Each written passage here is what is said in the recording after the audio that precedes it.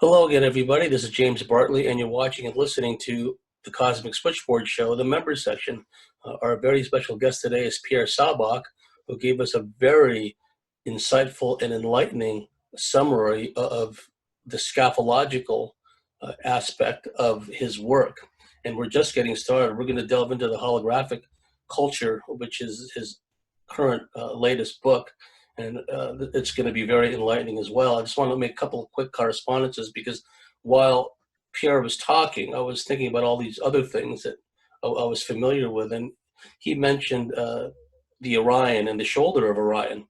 And even in cinema, in the original Blade Runner, which I thought was kind of a yawn and kind of boring, that was just me, but there was an iconic moment in that movie when the replicant or the battle android, whatever you want to call him, I think played by Rutger Hauer, he said something to the effect, that I'm paraphrasing him, I've seen starships explode on the shoulder of Orion, right? And here I am, I'm sitting here listening to Pierre, and then when you look at the iconography of NASA is just one example, and we can find a lot of examples of this in Richard Hoagland's excellent book, Dark Mission, about NASA. NASA is just awash with symbolism of Orion. So there you go. So anyhow, without any further ado, Pierre Sabak, welcome back to the Cosmic Switchboard Show. Thank you very much. And with the shoulder of Orion, I just want to add my little aspects to this as well. When you look at the depictions of the harpies, what's very interesting is that the harpy is often shown with a shield. And as we said, there's this identification with the Arpue, an abductor, and Oplon, a shield. But in some of the depictions, you have the harpy, and she will have a stylized wing, which is a very odd shape. And it's actually, when you break it down, it is the shape of a shoulder blade, of the bone anatomically of the shoulder blade. So it's a visio-paranomasia. In other words, it's a visual pun. It's supposed to represent a wing, but it's also representing the shoulder blade. And the shoulder blade is important because it's representing the shoulder blade of Orion, otherwise known in Arabic as the shoulder of Orion, or Yad al-Jazza, the hand of Orion. The two terms are interchangeable. Now, this is important because the hand of Orion, or the hidden hand within Freemasonry, is related to the Harpies, or the abductors, and is related to Nephilia, which is Orion, which are equated with the Nephilim, Nephil, which is a giant. They are known in the Semitic as the Zazumin. They're known as the sons of Anak.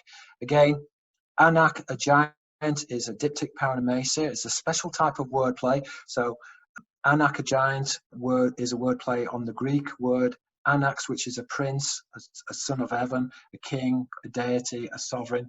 So the giants are equated with this conjoined or grafted bloodline. And this is important because within the symbolism, they represented the combined bloodline as a stitched bloodline or a grafted bloodline. And again, even when we look at the symbolism of the impian, is to graft. And so grafting is important within the symbolism, and it's found within, for example, the idea of a family tree. A family tree is a depiction of a tree, but the tree is equated with grafting, the grafting of different bloodlines. And so a family tree, and it has this connotation of the neophyte, neophytus, the newly planted. Fruit on a plant is equated to phot, which is light, which is essentially going back into the traditions of the Illuminati. The Illuminati is used to denote Sirius, the shining one. And now what's interesting about the Illuminati is that there are three sections to the Illuminati, and this only really becomes evident when you begin to break down the etymologies. I refer to the Illuminati as the Tripartite Illuminati, the three orders of the Illuminati. So you have The non-human element of the Illuminati within the biblical and mythological tradition, the dragon or the seraphim, hence the wordplay between seraph, a serpent, serapha, which is fire. Again, fire is used to denote Sarah, which is a spark, or Sira, which is Sirius. Sir is a mystery or a sacrament. Again, that which is hidden, which is the occult tradition. So you've got, first of all, the first part of the Illuminati is the seraphim. Then you've got the cherubim, or the human element, which is Ishman, Esh, which is fire. Again, it's a polyglottal symbol. You'll find the same within the Chinese character. The Chinese character for man is like that. Two little accents with two dots at the side, and you get fire. So again, the illuminated man, Ishman, Esh, fire. And then obviously you've got the neophyte, neophuton, phuton, a plant, phot, which is light. So again, the neophyte, the planted one, and again, this connotation of this grafted bloodline. So you have the non-human element, the human element, and then the grafted element, which is typically represented as this royal lineage. So, for example, the correspondence between, you have Sari for noble, Seraph for serpent. In the Greek, Archon is an angel or a ruler, but it's going back to the Babylonian root, Akan, which is a seraph. But again, Archon and Drakon work within the Greek paranomasia, within the Greek word plays.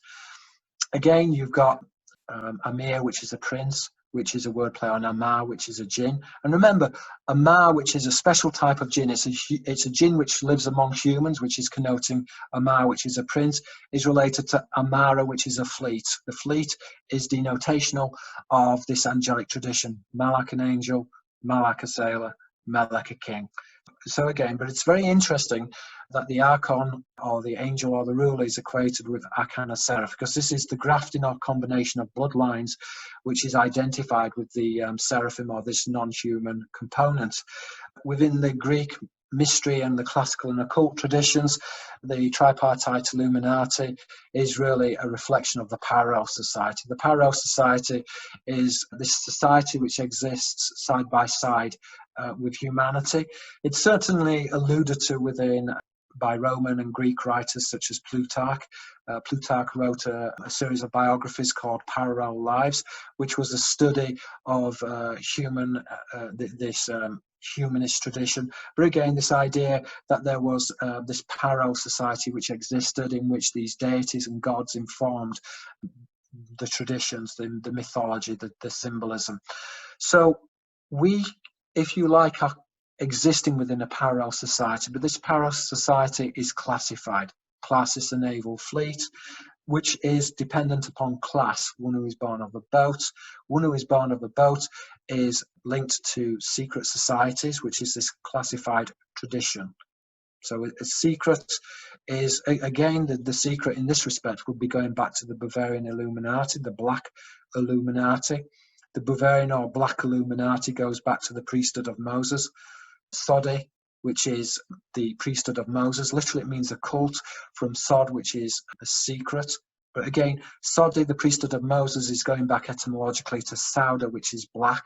So this is why Saudi Arabia is affiliated to Israel, because it is affiliated to the Saudi tradition.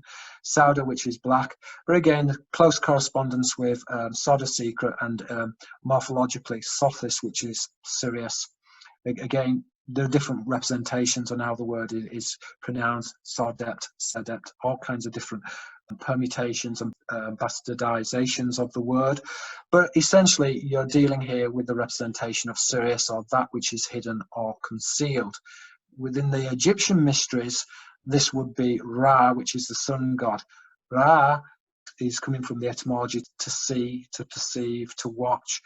And again, is from the same root as Ir, which is to watch. So Yahweh Yira, Yahweh will see. Yahweh Yara is to see in Arabic. So Yahweh Yara, to see, is denotational in the Greek of Theos, God, Theros, a watcher, Phos, which is light. As we said before, the seraphic components would be Sophia for watcher, Seraph, a serpent, Serapha, which is fire. Again, in the Greek, Archon, Akan, a seraph, Ak, which is to shine, from the old Babylonian roots. But these are all signifiers of the dragon. The watchers are the shining ones, which are equated with the watching star, Sirius. So that's, if you like, the symbolism of the Illuminati is convoluted because it goes into the priesthood of Moses. But again, the word Illuminati is really a translation from the apocryphal term, because in the Apocrypha, the Illuminati are alluded to as the Akzari. The Akzari is a brother of light. A brother of light is an angel, one who is identified with Sirius, which would be the seraphic tradition. In classical philosophy, this would be the Pythagorean tradition. Pythagoras, the speaker of the serpent, Pythagoras. So we have the seraphic component, which is identified with the Illuminati, or the shining ones. Now, the Akzari, a brother of light, is a wordplay on Akzari, which is a brother of an angel. Now, remember, the stem Zar, which is an angel, is polymorphic. In Aramaic, it also means an alien. So an angel and an alien are one and the same. They are interchangeable. So Zar is an angel, an alien, a stranger, or a foreigner. And again, in the symbolism, a foreigner is often used to denote an angel or an alien. Again, the terminology is the same. So the Akzari is a representation of the Akzari, which is a brother of an angel. And again, Zar is equated with Zor, which is light. Again, connotations here is of Sira, which is Sirius, the shining one. But there are multiple ways of representing Sirius, the shining one. And again, Venus is often Luxfer, the light bringer, is used to denote Sirius, because Venus points to Sirius, and therefore the morning star is seen in the sky as a crescent. So when you look at the crescent, people think, oh, this is a crescent of the moon. No, it's a crescent of Venus. Now, Venus isn't, so the Venetian tradition, or the related to Venus, is not really, when we break it down, representational of Venus. It's used as a codification of Sirius, because Venus, with the exception of our sun, is the brightest body within our solar system, and it points to Sirius. And again, dogs will bark at Venus with the rising of Venus, and so it has this connotation of the dog star. And so the Luxfer, the light bringer, or the Luciferic tradition, Luxfer meaning the light bringer, Lucifer, phosphorus in the Greek, again, phos, which is light, is appertaining to this tradition of Sirius, which is hidden or concealed. And therefore, the crescent of Venus can sometimes be, shall we say, interconnected with the symbology of the moon. Now, this is important, certainly within Zoroastrian tradition, because the seed of man was taken and stored within the receptacle of the moon. And this seems to be equated with the traditions of the creation of Adam within Orion, and his seed was taken, his seed settled on Mars, Machadim, Mars, Adama, Earth, Adam, which is red. The red Earth is Machadim, which is Mars. Machadim, from Adam, from the red Earth, is Mars. And Adam, there was then, his seed was taken to the moon and then was planted on the earth. So again, it's an occult tradition, and therefore the Martian is really referring to the Bene Adam, the sons of Adam. And the sons of Adam are typically represented within alchemy as a red man, and they're also known as the Eastern one. Kadam is Eastern. And the Eastern one, again, is pointing to Orion. Orion's meaning Eastern one in the Latin. So the Eastern one is this consolidation of these different bloodlines, which in Greek mythology was the corruption of the Anthropos. The corruption of the Anthropos was the prototypical races which became corrupted through interbreeding, which was the fall of humanity, which therefore literally the planting of humanity on the earth, which is equated with the tree of knowledge, which has this connotation of the neophyte, newly planted.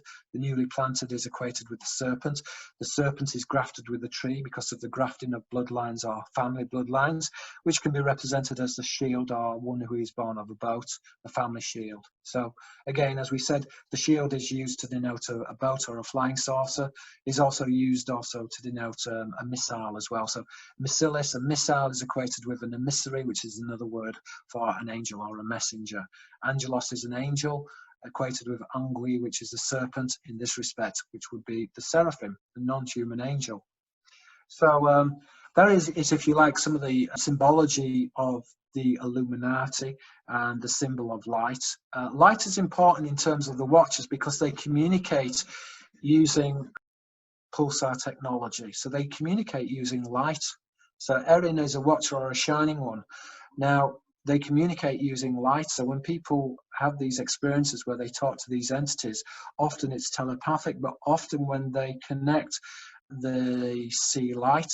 And so the watchers are depicted as the shining ones. And the Erin, the watchers are the shining one, is really, again, it's a permutation on the Karin, which is an Arabic word meaning a constant companion.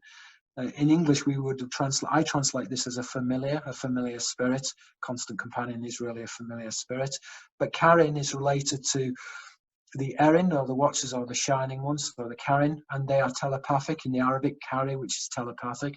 So again, this idea that the alien is telepathic is not pie in the sky. It's not coming from Whitley Strieber or from his books. This is something which is ancient. It's going back into the occult tradition, and this was knowledge which was sequestered by the priesthood. It was hidden by the priesthood, and this is knowledge which humanity really needs to begin to integrate in order to understand where we have originated from and where we are going as a species as well. You know, it's this allegory, or this allosagoria, this private discourse, and there is this separation, if you like, between seraphic knowledge, which is knowledge relating to non-human angels, and then the humanist tradition. So Homer, for example, you know, we would say Homo sapien. Homer was denoting a history, or a codified history relating to the history of humanity, and this was a humanist tradition.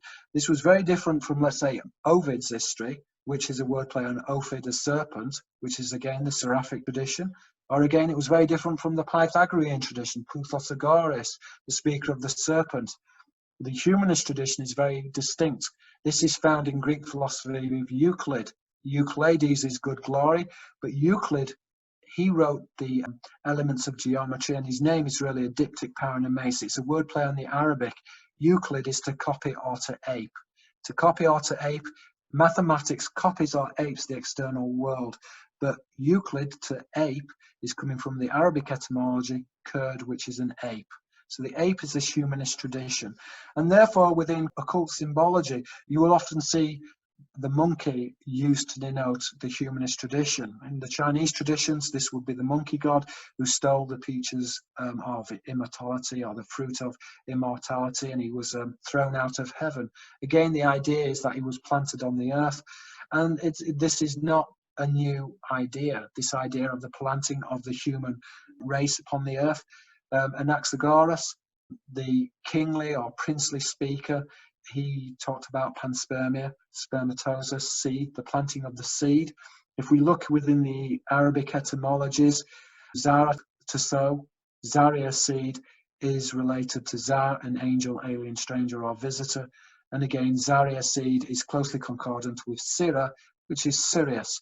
And this is why in the Greek, for example, you would get the etymology of Syros, which is a type of silo for storing grain. So grain is very important because it denotes the planting of life upon this earth.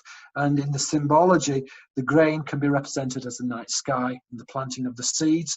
So the ancients had this understanding that the suns could be represented as seeds, which would seed solar systems, and therefore they had this viewpoint of multiple worlds.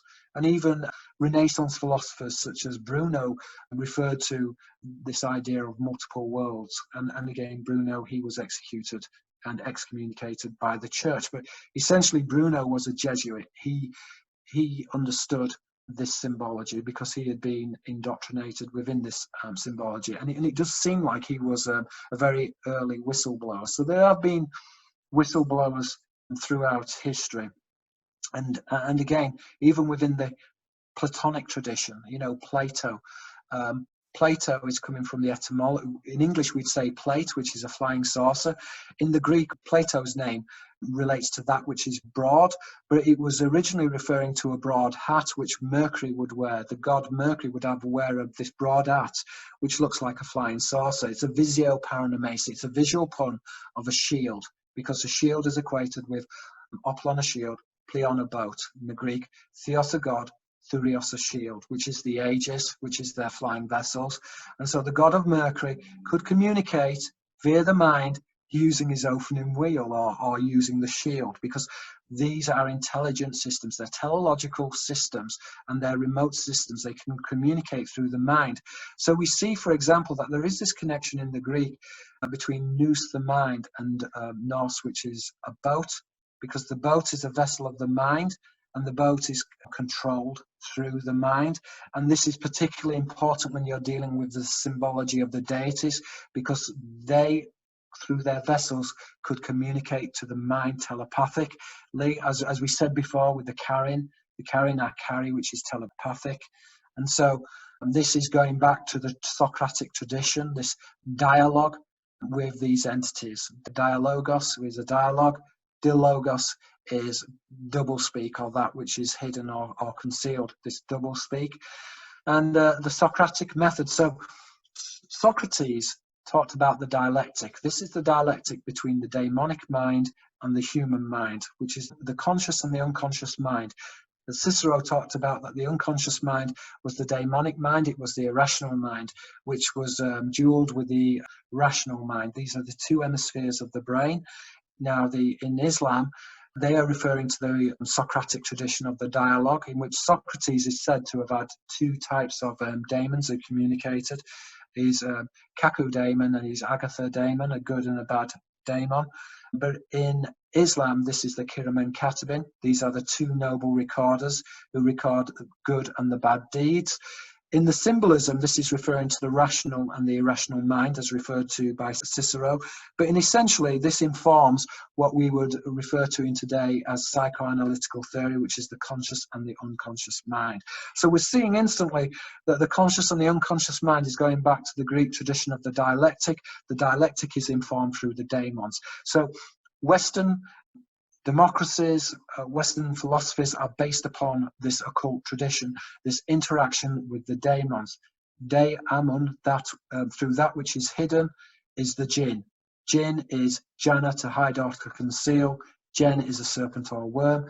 As we said, Jana, to hide or conceal, in the Aramaic is related to Jana, which is a shield, because a shield hides you, it protects or guards you, and is typically represented in conjunction with Jen, the Old Semitic word for a serpent or a worm, which is another word for a jinn. So the jinn is the same as the seraphim. And indeed, the Arabs would translate the word jinn into the Hebrew as the seraphim. So they had no compunction about referring to the jinn as being the seraphim. And I think it's very interesting that in the modern tradition of Islam, they've separated angels, and they said angels and jinn are two separate species. But again, when we look at the fasajadu, the Arabic word for a jinn, the fasajadu, is used as a generic term also to refer to an angel, so an angel or a jinn. So this idea that the jinn and angels are separate and that they're separate species, this is not true.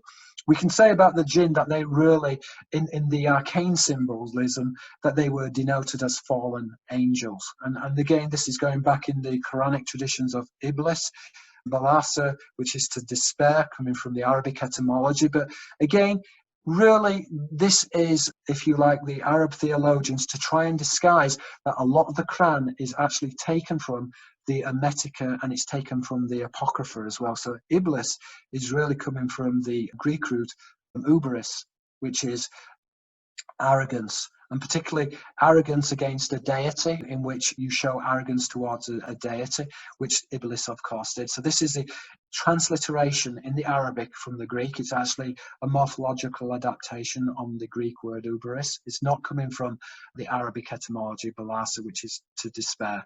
This is going back to the Greek tradition. And as I said before, the Kiram and Katibin, the two noble recorders, are found within the Emetical traditions, that there is a good and a bad daemon, which is described in the Emetical traditions, and it's also found within the Socratic traditions. So again, when you're looking at Islam, in order to understand the Islamic tradition, you have to go back into Greek, and many theologians are too, shall we say, preoccupied with the Arabic, and this is very important, but you need to also understand Greek, because a lot of the Quran is using word plays which are going into the Greek and is going back into the Hermetical traditions, and that in itself is something which is underplayed within by theologians, Islamic theologians.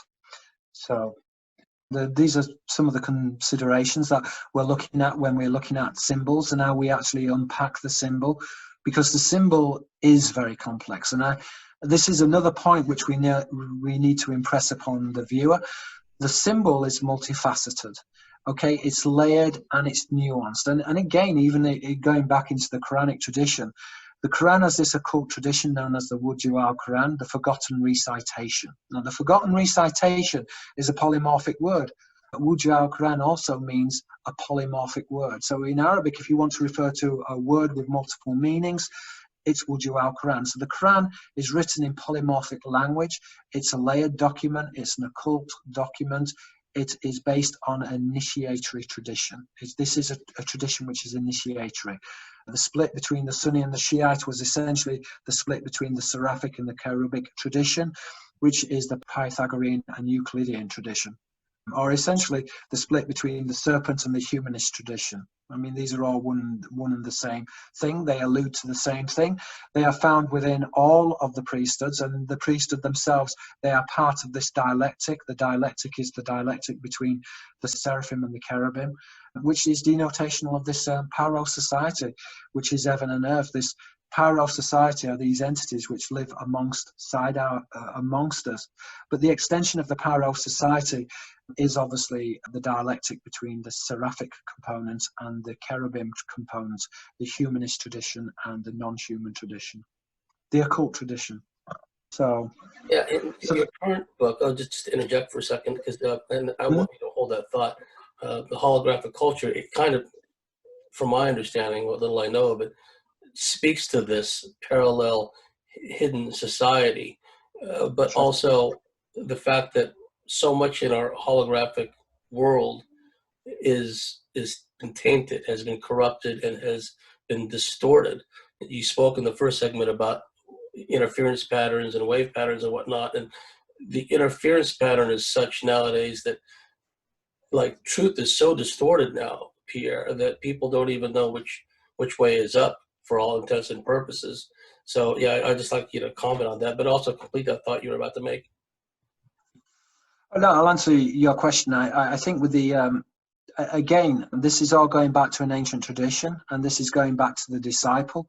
The word disciple is related to deceive. So the disciperati, the deceivers, is a cognate of a disciple, because the disciple is deceived. And when you look at levels of knowledge, the disciple, first of all, is introduced to, shall we say, it can be the religious tradition or the mythological tradition, it doesn't really matter, but they are given a literal interpretation. And so they receive, and many don't go any further than the literal interpretation. But the next level of the priesthood then is, okay, this is not really a literal interpretation. This is an allegory. This is allegoria. This is other speaking. It's a parable. And so then you would then move into subjects such as astrotheology. So the miracles of Christ are really astrotheological, for example.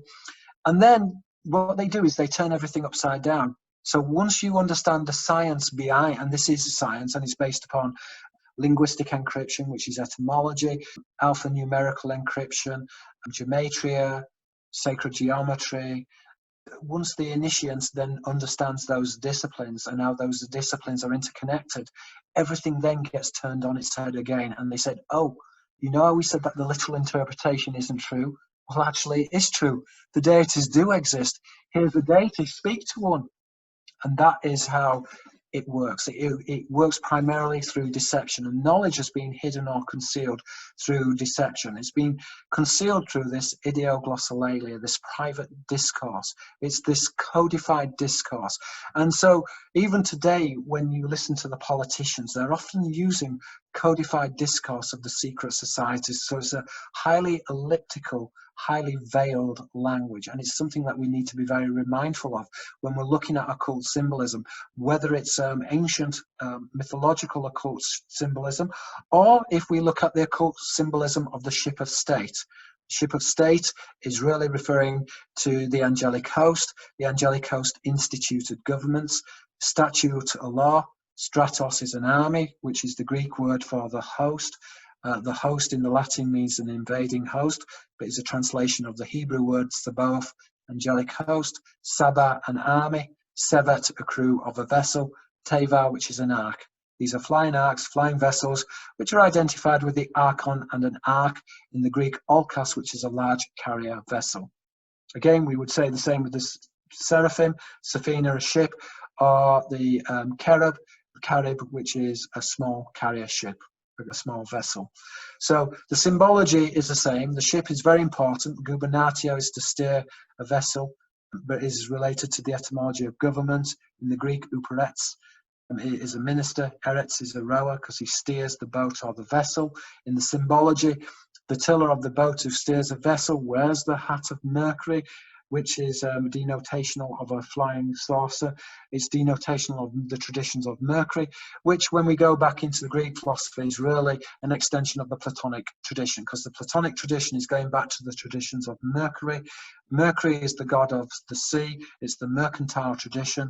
Again, it's going into mercantile law, admiral law, which again is the law of the angels, which is the law of lordship. It's admiralty law. Which is distinct from the law of the land, Adama, which is the earth, Adam, which is meaning the human law. So again, this parallel society is encoding itself within the upper house and the lower house. Again, within symbolism, this would be the angelic tradition and the humanist tradition. So for example, certainly within Hebrew, the Hebrew word Satan, meaning one who opposes or an opposition, an adversary, was used originally also to denote a political party. So a political party was one who opposes, coming from the etymology of Sinton, which is two. Now, Satan, which is to oppose, or this political party, is related to Shilton, because obviously in the Semitic, Satan can be pronounced, depending on dialect, as Satan or Shaitan. So Shaitan, Shilton, which is government, Sinton, which is two, which relates to Sultan, which is the royal lineage, which is identified with the fallen angels, which, as we said, with the Satans or the Shaitan, and is related to Sultan is related to Tanim, which is a dragon, because his bloodline is equated with this grafted or stitched bloodline. Hence, again, the seraph is often equated with seraph. Rafa is to sew or to stitch. Which is equated with the reframe, which are another word for the ghosts or the giants. The terminology is interchangeable, but is another word for the Nephilim. So the reframe has this etymological connection to the seraph, and the seraph is identified with these stitching of these bloodlines. In the Persian language, Mal, a leader, would be equated with Mar, a serpent. In the Arabic, Sarif, a lord, Seraph, a serpent. In the Greek, Archon, an angel. Drakon, or from the Greek root, Old Babylonian root, Akan, which is a seraph. So these, again, in the Hebrew, Malach, an angel, Melech, which is a king, as we said, is the noble tradition or the naval tradition, Malach, a sailor. These are angelic sailors, which essentially are time and time again represented as lordship, because they are the Ben Sira, those who are born of a boat. Sira, a boat in Hebrew, is Sira, which is Sirius. Those who are born of a boat are born of Sirius, which are equated with the watchers or the shining ones, which is identified with Sirius. And as I said before, Sirius is prominent, and I'm not trying to nullify any of the other star systems or any of the other aliens, but I think what we've got to get our heads around here is that this planet is property, and this planet is owned by those who are correlated with Sirius. So that doesn't mean that there are not other entities or other star systems which are not playing an important part. The cherubim in the cult tradition are related with the Pleiades, and therefore the seven lights of the Pleiades are represented in Judaic symbolism as the menorah, the seven lights, which are the seven stars, which are identified with this proto-human lineage, or this cherub image, this cherubim genealogy, which is used to create this Adamic race. So the Adamic races were tweaked with the proto-humans. They were also tweaked with the hominids on this planet. My understanding of that, and I think that this is interesting, because certainly when you look at black occult history in terms of in some of the secret societies correlated with black history, they talk about how the white race is this demonic race, and that the black races were the original races. And again, this is how the Tripartite work. They mix the truth with the lie, so they sandwich the truth with the lie. Now, that's true and it's not true, okay? The black races, such as the Zulus, they are equated with originating from heaven. And again, within their symbology, there's strong connections with the Pleiades. So again, the suggestion is that their proto-lineage is identified with the Pleiadians. But the original black races were the Aborigines. Aborigines meaning original. So it's kind of, it's true and it's not true. The lie is mixed with the truth to confuse this. But the Aborigine races were used to create the Adamic human, and the Adamic human is compatible with the cherubim or the proto-human, and also with the seraphic components. And this is why the Adamic human was made. And so there is this connection between Adam and Kadam, which is a servant. But again, in the etymology, Adam is strongly concordant with the Martian, Machadim, which is Mars, Adam, which is red, Machadim, Ma, which is from or out of, Adam, which is red, Adama, which is the earth, the red earth, Adam, the Martian. So again, the Martian tradition is equated with Mars. And I think this is why the symbology of Mars is also very important and is related to the Adamic tradition.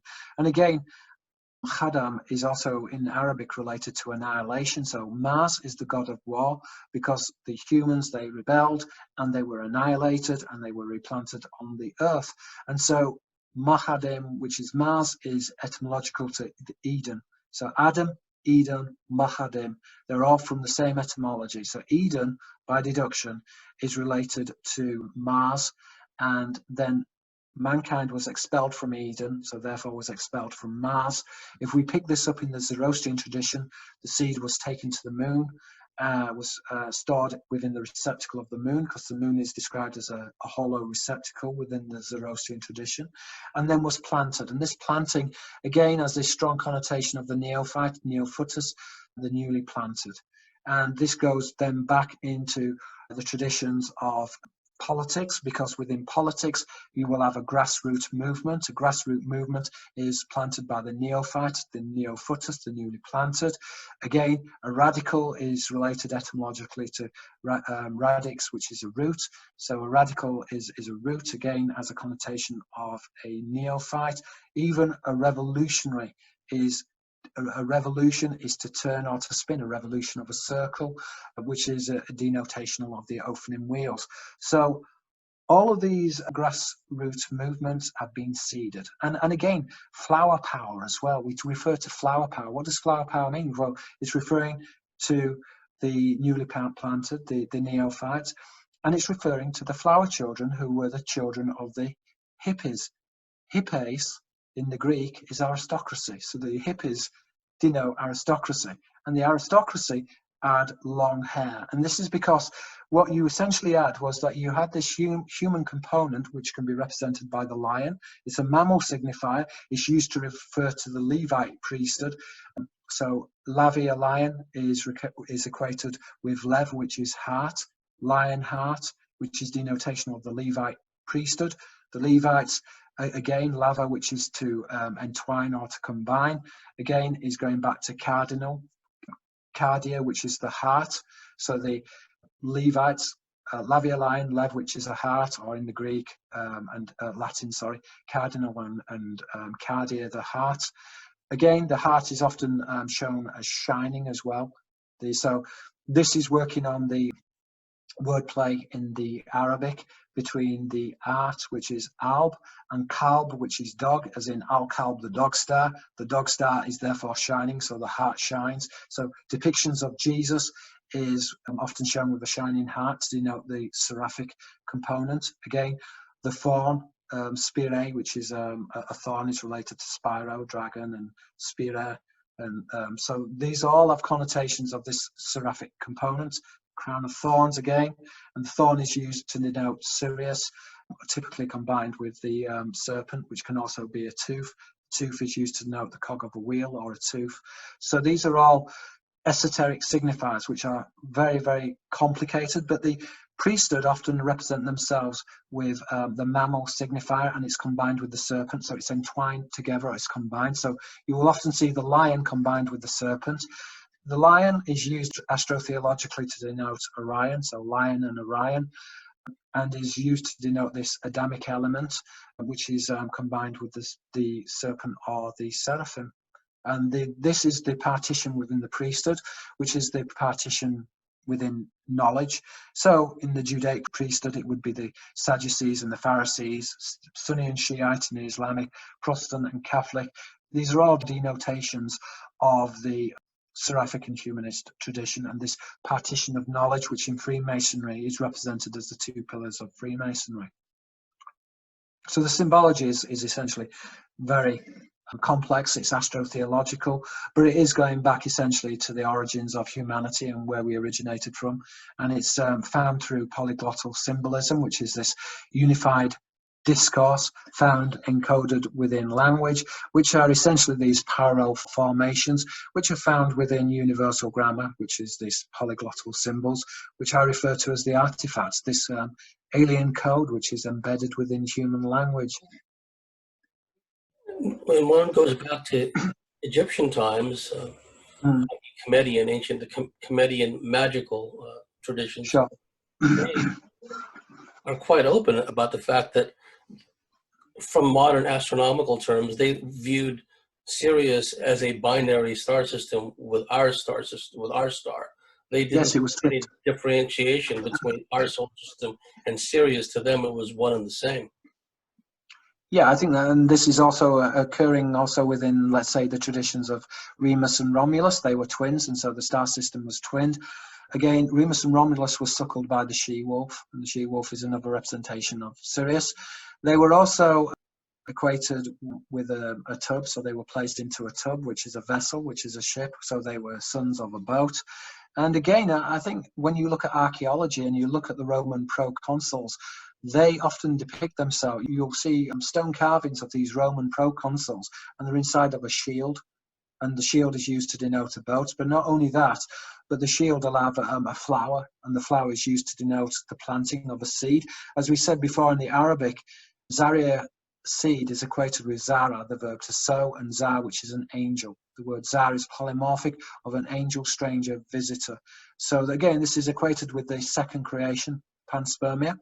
And therefore, there is this distinction between the first creation and the second creation. And this is why in the Quran, Allah recreates man. He creates man from a drop of sperm. He doesn't create him from thin air. And again, within the Hermetical texts, the gods are said to have absolute knowledge over matter. And this is important because they are equated with genetic engineering. And this is equated with the demiurgos. Demiurgos, or the demiurge, who created this false world. Well, the word demiurgos means the public craftsman, and the public craftsman at one level is the craftsman which creates this this external reality. But behind this external reality, there is something which is more real, which is the spirit realm, in which ideas or the ideation of forms or ideas are represented or are embodied physically. They are particularized. And this is important within the symbolism, this interconnection between the physical and the spiritual. And this is really going back into the traditions of what we mean by a holographic culture. Because the holographic culture, they are masters of the waveform. They have deconstructed physical reality. They understand the distinction between particle reality and the waveform. And this is why in the ancient world, the deities typically they are represented in paradoxical language. So they are referred at one level as the Ruach Elohim, the high spirits. The Ruach Elohim is another word for jinn, or jen, a serpent or worm. But again, the high spirits, they are materialized as an Elokeh, a high creature. So the Elokeh are one and the same with the Elohim, which are the high ones, which are identified with Erin, which are the watchers or the shining ones, and Awim, which is a serpent. In the Greek, that would be Theos, God, Theros, watcher, Therion, a beast, but again equated with Phos, which is light, because they are the shining ones. They are equated with the watchers, which is another word for Drakon, Drakain, to watch, to shine, Sopher for watcher, Seraph for serpent. One and the same thing, equated with Sirius. So the planting of the bloodline is extremely important, and it goes back into the traditions of the second creation. In the Quran, this is Al-Najm, the star verse. The star verse actually refers to Sirius, and again, it's making allusion to the fact that Adam was created from sperm. So he is recreated. And this is important because if he is created from sperm, then this denotes that there was a bloodline previous, this proto bloodline. And so this is actually very important. And therefore, certainly within the book of Genesis, in Genesis 1 and 2, in the Bible, you have the creation of humanity and of the universe, which symbolically is the first creation, the creation of the anthropos before the destruction of the anthropos, which is in the second verse. And the second verse talks about the generations of heaven and earth. And the reason why they're talking about the generations of the heaven and earth is because they're talking about the second creation. The first chapter in Genesis is the first creation of the anthropos, which are the Proto Races, which are essentially the human, the demonic, and the angelic races. And then the corruption of the anthropos relates then to the Titanomachy, the war in heaven, and the replanting of the Adamic humans upon the earth, which is the generations of the heaven and the earth, which is described in chapter 2. So this is known throughout occult history. It's been well embedded. It's found within Homer. It's found within all of the mythological traditions. But it is something which it's been concealed, and it's we don't have this knowledge. The elite and the Illuminati, they have this knowledge, but it has been hidden away. And this knowledge is coming out. And it's coming out. It can't be stopped. The genie is out of the bottle. And I think one of the reasons why it's coming out is because of the advent of the computer, this means of sharing knowledge. And so therefore, we don't have to refer, it's almost like before the computer, let's say I was interested in ancient aliens. Well, where could I go? I could go to, let's say, Zachariah Sitchin or Oxford. Now, the Oxford academics, they're part of the Tripartite. Everything is being edited, it's being redacted, it's all institutionalized, and it's all using a codified discourse. It's not that it's wrong, but what they're doing is using codified language to encode secrets. And so when you're looking at their discourse, it's a codified discourse. But the same is also found within the alternative media. So I might say, oh, well, I'm not happy with that. I don't really buy into that. Okay, who else do I have? Well, I have Zachariah Sitchin. Again, we're dealing with a highly elliptical, highly codified discourse. Now, with the computer, what you've got is that individual scholars can come to this themselves and they can say, well, actually, no. The contradictions can be found in, let's say, Sitchin's work or within academia. And so therefore, this information can no longer be hidden. The classified tradition is open. It was a redacted tradition. It was an edited tradition. And when we look at the traditions of Ezekiel and the opening wheels in the Judaic priesthood, it was forbidden to talk about the opening wheels without a rabbi. This is how secret it was, because it was a classified tradition. And now I'm talking about this freely. I'm talking about it because it's made much easier for my research. I can use online dictionaries to check etymologies. Again, the computer has opened this up for discourse. And so what we're living in now is basically, we're living in disclosure. We've always had disclosure. We've had partial disclosure. The hieroglyphs with what the pharaohs were talking about. Most of the population were not literate, but it was there on the walls. They had disclosure. This was a partial disclosure. We've had partial disclosure. We've been told about this through the allegories, through the biblical stories. We've been told about this through the symbolism, through lordship, but it was a partial disclosure. It was a codified discourse. And now we're living in the times of disclosure. And disclosure was referred to as the apocalypse, apocalyptin, which is to unveil. To unveil is to disclose. And so disclosure is the apocalypse. It's the unveiling. And the unveiling is this unveiling of this classical tradition, which relates to this classified discourse, which is this naval discourse, which is found embedded in the ship of state. It's found within the nave of the church, navis, a boat, the temple sanctuaries. It's found within lordship. It's found within government, gubernatio, to steer a vessel. And it is part of this hidden discourse, which also goes into our statutes, which is stratos and army, which is the host. It goes back into the traditions of the monarchy and this grafted or stitched bloodline. And it goes back into the secret tradition of the angels, Malach and angel, Malach Sailor, this classical tradition. So this is all being opened up. It's a fantastic time to be alive, because it's a very exciting time to be alive. And I also think that what's happening is that I mean, I read a study by Pulsinger, and he was talking about how that basically with the sun that the electromagnetic field is beginning to dip, and when that occurs, people become more telepathic. The analogy would be when you're in space, there's less electromagnetism. And so when the Russians did experiments with telepathy in space, people are more telepathic.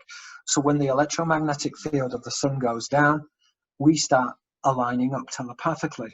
And this has happened before, but the difference is now is we have 6-7 billion people on the planet. We don't just have 300 million people on the planet. So when 6 billion minds start lining up, things like computers start springing out of nowhere, and they start springing up very quickly. And things like secrets which have been kept for thousands of years, people like myself, right? And I remember I didn't study linguistics. I studied fine art. You know, I came from a tradition of painting. I wanted to be an artist. But I did study semiotics, which is really the discourse of Illuminatics, is the study of the signs of the Illuminati. So, but suddenly people like me are coming out with all of these ideas. And so this is all part of what I would describe as this human alignment of minds, which is manifested also through our technologies. And so the elite, they're desperate and they're afraid of losing this power. And this is why we're seeing that they're trying to centralize power, and they're trying to consolidate this power, and they're trying to digitalize the economy, and they're trying to use every single trick in the book to actually put the genie back in the bottle and to try and censor information on the internet.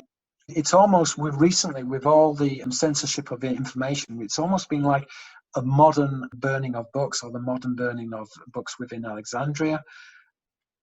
And again, in the Arabic, tab, it means an edition of a book or a volume.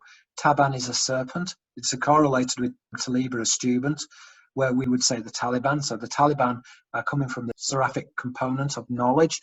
But essentially, the burning of books is related to the seraphim. And again, Safa language is equated etymologically with the Hebrew word for a book. So the burning of a book is a very powerful symbol of the seraphim and the draconian measure of actually subduing this knowledge and taking this knowledge out of circulation. But it's also extremely esoteric. It's very symbolic. And so we're seeing, if you like, the modern Alexandria, because many of the hard copies of books within libraries are being destroyed and everything is being digitized. But then when everything gets digitized, then it can be once again censored. And so we're seeing all this information is being put out, and minds are beginning to line up. But as it's being put out, it's being either taken away or it's being muddled with complete rubbish. So, for example, if somebody's putting out interesting information about ancient aliens or whatever the subject, free energy, whatever it is, then 10 other researchers would be putting out a load of nonsense. And they can control the algorithms to give, shall we say, more emphasis to certain researchers who are saying certain things, who are trying to influence consciousness, because this is really what it is. Because if human minds are more lined up, and we are in this more, we are resonating telepathically more, then it's very important that you saturate the mind with ideas in order to control almost the telepathic discourse, this ulterior reality, which is then manifested physically in physical reality. And so they're really they're controlling the realm of ideas. And the realm of ideas, when you break it down, is the spiritual realm. The Aborigines talked about it as the dream time. The dream time is the spiritual realm. And the spiritual realm links into the dream realm. And this is why in the ancient traditions, controlling dreams was always very integral, because if you can control your dream, then you have control within the spirit realm. And this is about gnosis, it's about knowledge. Because when you die, it's like dreaming. You can go into a dream and you forget your life, you forget everything. It's almost like dying. And therefore, when you wake up, then you remember, oh yes, it was a dream. But it's the same with dying as well. You can get lost in the spirit realm and not realize that you're in the realm of ideas, because suddenly you're in the realm of the spiritual realm of the universal ideas. And therefore, in order to control the dream is part of learning how to control the spirit realm. So when you go into the spirit realm, when you die, you're not just suddenly lost. at that level of where you was, let's say, in terms of your consciousness, but you're cognizant and you can control your incarnation. And this is important because then you control your incarnation. And we're dealing here not necessarily about your future incarnation, but you can incarnate both into the past and the future, because the past and the future doesn't exist.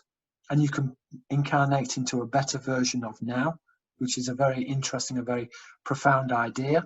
But essentially, a holographic culture, they have this knowledge. They've deconstructed waveform reality. So they are represented both as the Ruach Elohim, the high spirits, but also are manifested physically as an Elokeh, a high creature.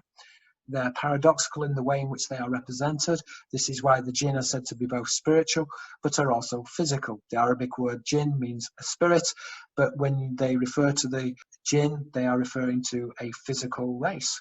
And again, daemon, demos, people, again, they were a physical race. In the Arabic, jinsi is sexual because the jinn could procreate. They did recreate, and they recreated as the Ben Elohim, the sons of the gods. The sons of the gods were the sons of the Elohim. The sons of the gods were essentially, they procreated with the Ben Adam, the son of Adam, to create the Nephilim, which were identified astrotheologically with Nephilia Orion. So that's the symbology of holographic culture, but it goes into much more. In classical philosophy, it goes into Pythagoras' Monocot, and the Monocot is an interesting idea because Pythagoras, and remember that this is coming from the seraphic component of the priesthood, Pythagoras, the speaker of the serpent, so Pythagoras referred to as the Pythagorean Monocot. So you have the monocot, a musical instrument. It had a single string, and the lowest note or the lowest vibration on the string is physical matter, and then the highest vibration is the spirit. And basically, musical notes are denotational of different dimensions. And so dimensions are vibrating notes. And so musical notes refer to different dimensions. And so music, therefore, is very important when you actually look at the muses. They have control over the waveform reality. They have control over, essentially, they have control over the logos or the word, but they have control over physical reality through sound. Thereby, if you control sound, you control physical reality. And sound is important because, remember, in the beginning, there is the logos, the creation of the sound. It's the spirit. The spirit is the aeon, the interference pattern, which creates the photon or the particle. And so, therefore, within the symbology of the soul as well, you're seeing the same representation. Pneuma is spirit, the spirit is spiritus, which is the breath, which can be represented as logos, which is the word, which is the sound, which is the first invocation. The first invocation then creates the light, which is the sound, which is the soul, which is the sun. So the soul is the light, which is then expressed physically as a particle. There's the photon. So the spirit is the waveform, the particle or the soul is the expression of the soul, the expression of the individual, which is particularized as a form. And therefore, when you look at near-death experience, and I think this is what's really fascinating, again, this also shows you the corruption of how near-death experiences have been corrupted. What people will say is, oh yeah, well, near-death experiences are dreamlike, and therefore that shows that the individual is hallucinating. Now, when you look at people like, I think it was Kenneth Ring who did the study Mindscape, he did a study into near-death experience within blind people. These are people who have never seen.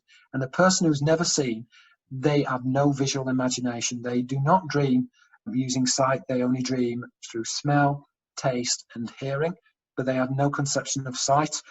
People who have lost sight later in life, from about the age of 5, if you lose your eyesight, you will still continue to dream visually. Now, people who have never seen before, when they have had near-death experiences, they've suddenly been able to see for the first time.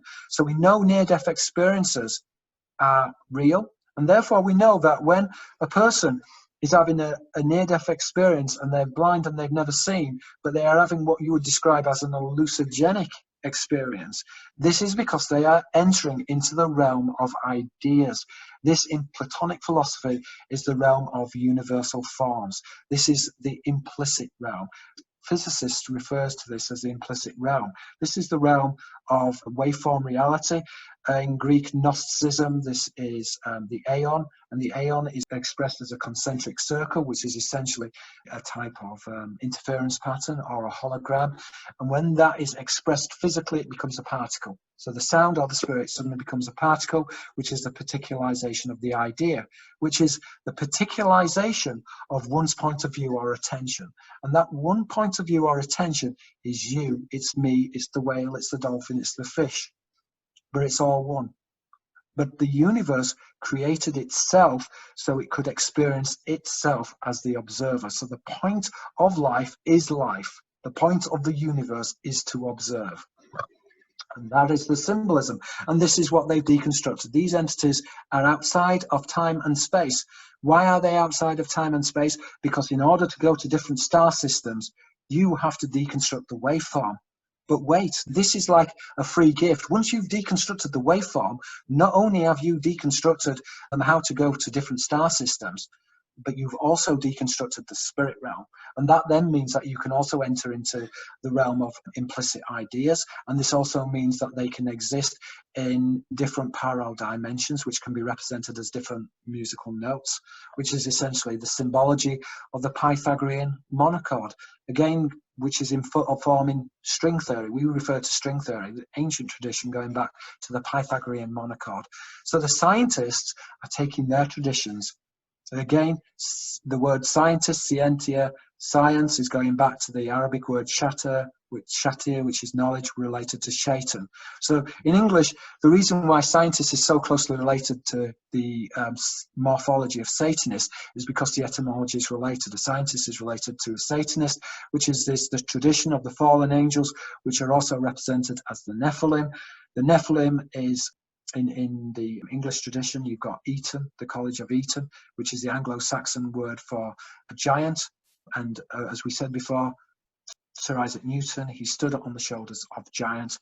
The shoulder is the hand of the giant, because the hand of the giant, astrologically, astrotheologically, can also be represented as the shoulder of the giant. The shoulder of the giant is essentially Nephilim tradition of the fallen angels. And so, again, the inventor of the hologram as well, his name, he changed his name, and his etymology is very closely related to Jibbar, which is Orion, which again is another reference to the Jibbarim. The Nephilim are interchangeable with the Jibbarim. They're also known as the Zanzumin, the sons of Anak. So the Titans, again, the morphology of Titan in the Greek can sometimes be transliterated in the Old Greek as Titan, which is a Satan, which are the fallen angels. Fallen angels are therefore often symbolized as the jinn, which is another representation of jinn, a serpent or a worm. The jinn are the seraphim, the dragon, the seraphic components in the occult tradition, oculus and eye. That which is hidden or concealed is the dragon. Hence, as we said earlier, the dragon is hidden behind the shield. Jinn, Jannah, a shield, Jannah to hide or to conceal. And the shield is denotation of these flying or spinning vessels, which are equated with boats and are also equated with missiles. These missiles were buried at temple shrines, and therefore the symbology of the boat is intrinsic to the shrine. As we said, Naus a boat, Nos a boat, Naus a temple sanctuary, Nave is a boat, Navis is a temple sanctuary, which is again a reflection on worship. We are worshipping, venerating these vessels, ship as into worship. So our whole system is based on worshipping Malach an angel or Malach a sailor. We are venerating these angelic beings who are sailors. And therefore, within the Gnostic tradition, they had a problem with the Elohim, because they said, hold on, we're not discounting God, but what we're saying is that the Elohim, the high ones, are not the one and the same thing with God, because they are equated with panspermia and the planting or replanting of the human race upon the planet Earth. Whereas this was the second creation, but they're not equated with the first creation, because the first creation was the aeon, was the expression of the aeon, of the spirit, which materialized the anthropos, which were the original races. And the original races then became corrupted through genetic engineering, and that was the corruption of the anthropos, which was the fall of humanity, the fall of Eve, the fall of woman, and the planting of humanity upon the earth, which is equated with the serpent within the biblical, the apocryphal, the hermetical, and every other tradition. And what we're seeing, and we'll end it on that note, and definitely we'll have you back on, Pierre. When we look at the revealing, the apocalypse, if you will, now, because of the speedy means of information retrieval, which you alluded to, we now know what these gods or these demigods or these Sure. hybridized plantation managers are all about. They're all about Yes. guzzling adrenochrome and killing children and human trafficking on a planetary scale. So we're getting an idea of what exactly are the dynamics behind all this. And your work is a key critical component of gaining greater understanding. So I really want to thank you personally for all the time and effort you put into putting this work out. And I'm looking forward to more of your work in the future.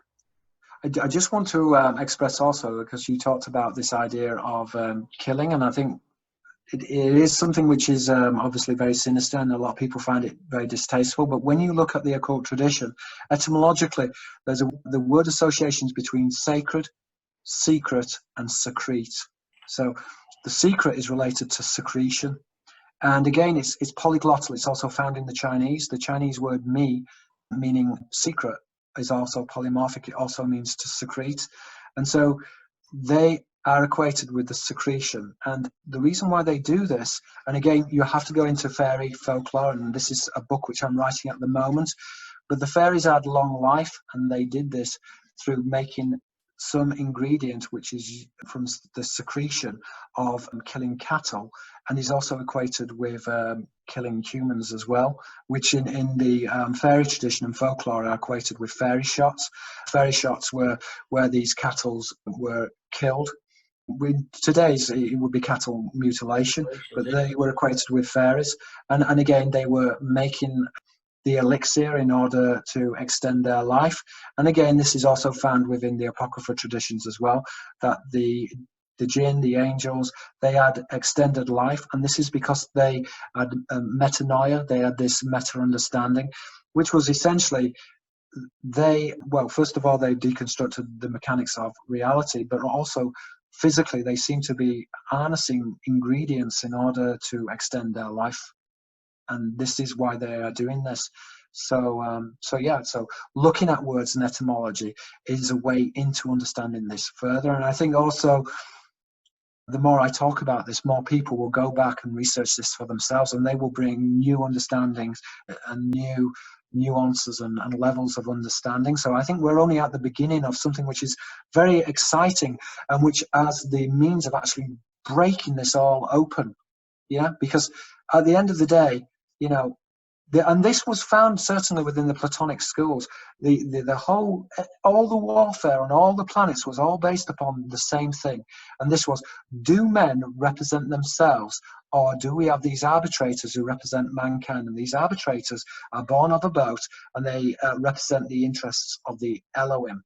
And so this, I call it the Platonic Elohist split, was this division within the priesthood. It was essentially the division between the republic, between men actually representing themselves, publicus, meaning an adult or a human, the general public representing themselves, or do we have a monarchical system in which the descendants and the grafted bloodlines represented humanity?